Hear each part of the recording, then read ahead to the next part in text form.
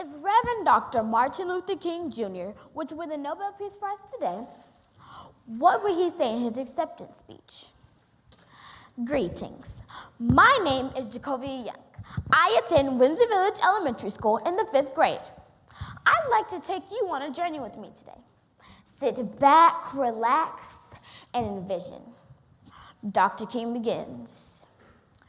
Your Majesties, Your Royal Highness, Mr. President, Excellencies, ladies and gentlemen. 50 years ago, I found myself in this very position, a position of honor amongst the world, accepting this, the Nobel Prize for Peace. I thank you for the consideration. While relations between the races continue to improve, equality for women is on a much deterred ascent. I have a problem with now being able to walk into an establishment where I had previously been denied entry because of the color of my skin, knowing that the female workers there are still being dealt an injustice. President Obama asserts that women make 77 cents on the dollar, leaving women to potentially make hundreds to thousands of dollars less than their male counterparts. If we, the global village, treat each other as individuals, not women, not men, not black, not white, then we will be better off for it. There's another matter in which we, the global village, must intervene. It grieves me to know that so many fought so hard and so long for everyone's right to a proper education, knowing that there are places like Houston, Texas, where the high school dropout rate is over 40%. The big picture is that every year, over 1.2 million students drop out of high school in the United States alone. What will happen to our society if our children are not being educated? Who will be the next doctors, lawyers, teachers, engineers? How can nations continue to progress without spiraling backwards into an era plagued by the perpetual cycle of poverty? Parents, get involved with your child's education.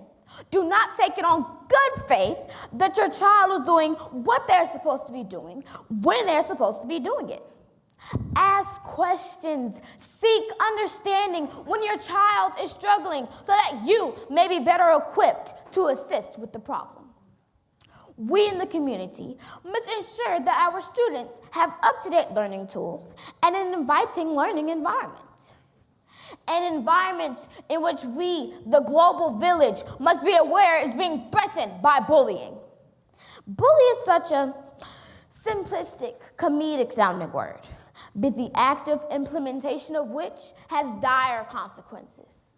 Bullying can be physical, verbal, and cyber. Whichever form it takes, it can have lasting emotional effects that can lead to mental malfunction. Are you aware that just last September, a 14-year-old boy in Florida was added to the tragic list of those who have committed suicide, no longer being able to cope with the constant onslaught of abuse? We must attack this problem from both ends. Bolstering the self-esteem of the bully and empowering the would-be victim could be mutually beneficial. We must teach our students that if they see something, say something. It is unconscionable for our children to grow up thinking it is permissible to let others suffer in silence because it is not their problem. Invariably, if you are not a part of the solution, then you are a part of the problem. This holds true for all matters that I have illuminated today. While women's rights, education, and bullying are not the only problems our society faces, resolving these will put us one step closer to the finish line. And that, ladies and gentlemen, is what I believe Dr. King would say if he were to win the Nobel Peace Prize today. I will make it my mission to resolve real change in this world, just as Dr. King did. My mother always tells me, if you do not stand for something, then you will fall for anything. Who here will stand with me today? Thank you.